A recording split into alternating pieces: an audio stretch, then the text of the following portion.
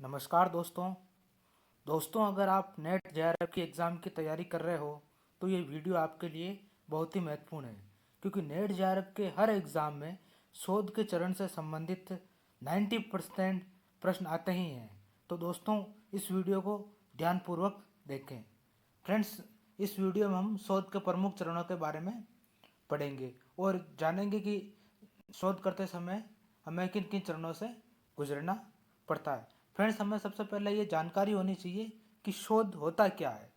शोध एक क्रमिक प्रक्रिया है जिसके अंतर्गत किसी समस्या का क्रमानुसार अध्ययन किया जाता है।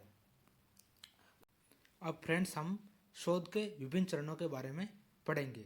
इसमें जो सर्वप्रथम जो पहला चरण है वो है समस्या का चयन या विषय का चयन, और दूसरा चरण है साहित्य की समीक्षा, तीसरा है परिकल्पनाओं का निर्माण, चौथा है शोध का प्रारूप, पांचवा है न्यायदर्श या प्रतिचयन, छठा है अनुसंधान प्रस्ताव लेखन, और सातवां है आंकड़ों का एकत्रीकरण, आठवां है आंकड़ों की प्रक्रिया एवं विश्लेषण, और नौवां है शोध रिपोर्ट लेखन, और आखिरी है वो है संदर्भ सूची।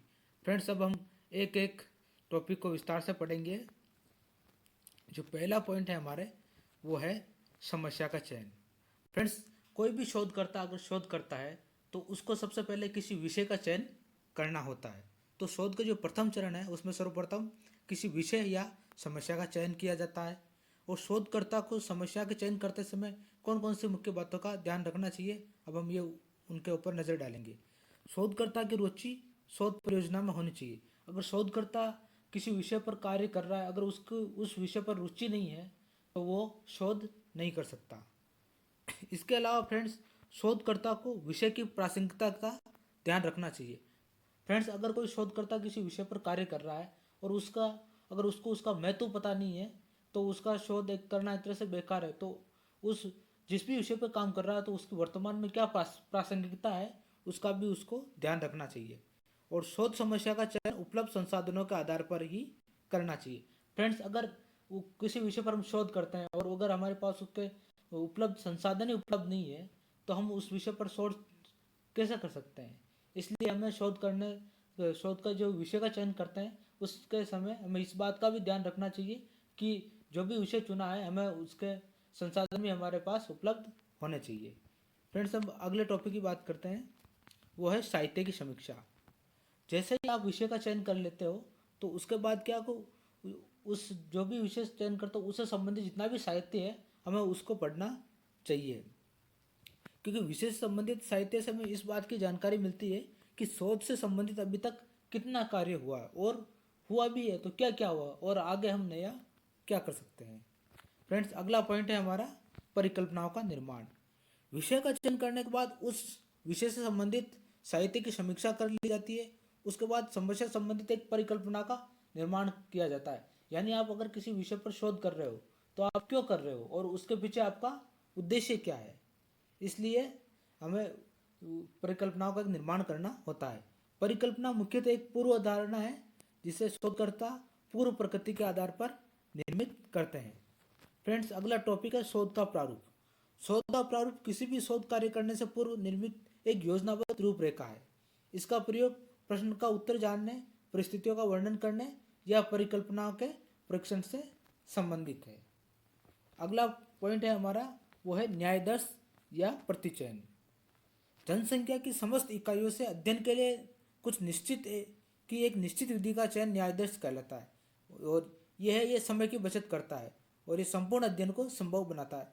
फ्रेंड्स, इसको एक तरह सिलेक्टिंग सैंपल कहते हैं। अगर आपको मान लो कि 100 अगर किसी फैक्ट्री के में काम करने वाले मजदूरों के क्या व्यवहार किया जाता है उनके प्रति मिल मालिकों के द्वारा, अगर आपको उनके बारे में जानकारी प्राप्त करनी है तो आप अगर उस मिल में 1000 लोग काम करते हैं, 1000 लोगों से आप वो साक्षात्कार नहीं कर सकते।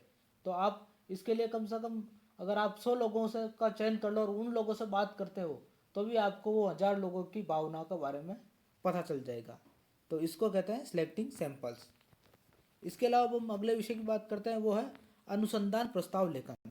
किसी भी शोध योजना को स्वीकार करने से पूर्व उसका प्रस्ताव प्रस्तुत किया जाता है और यह प्रस्ताव 3 से 7 पेजों के बीच का होता है और ये दस्तावेज संपूर्ण शोध प्रक्रिया की रूपरेखा एवं विस्तृत विवरण होता है। फ्रेंड्स, जो अगला पॉइंट है हमारा वो है आंकड़ों का एकत्रीकरण। शोधकर्ता जांच की प्रकृति, उसका क्षेत्र, उद्देश्य, वित्तीय लागत, समय की उपलब्धता देखकर आंकड़े एकत्रित करने की विधि का चयन करता है। आंकड़े मुख्य रूप से दो प्रकार के होते हैं, एक होता है प्राथमिक, दूसरा होता है द्वितीयक।